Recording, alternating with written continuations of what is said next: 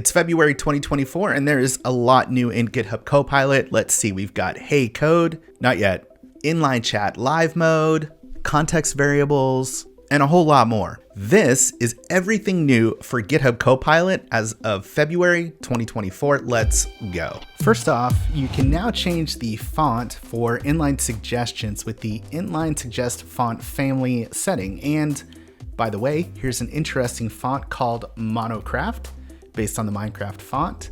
Link in the video description, but this changes the font in your ghost text, as you can see. And in the spirit of responsible usage of AI, there is a new setting that will ask you to confirm before saving code that was generated by Copilot.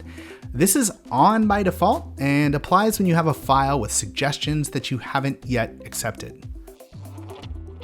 You can now trigger Copilot with the Hey Code verbal command to wake GitHub Copilot with the keyword activation setting in accessibility, and you can change how it interacts with Copilot here. And if saying hey to computers to interact with them is really not your thing, you can also just trigger the voice interaction by holding down Command or Control and I and speaking, and then letting go of the I will also end the conversation.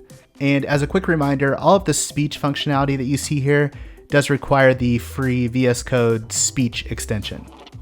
Inline Chat has a new streaming experience called Live, which we encourage you to try out.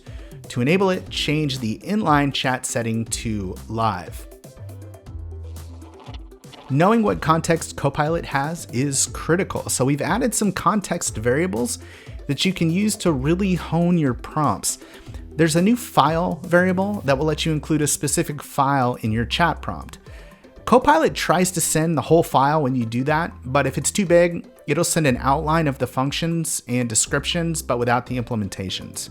And last but not least, in the previous versions of Copilot Chat, we would automatically include the editor space as context for your prompt. But we found that this could lead to some confusion when you're asking a general question that has nothing at all to do with the code in the editor space.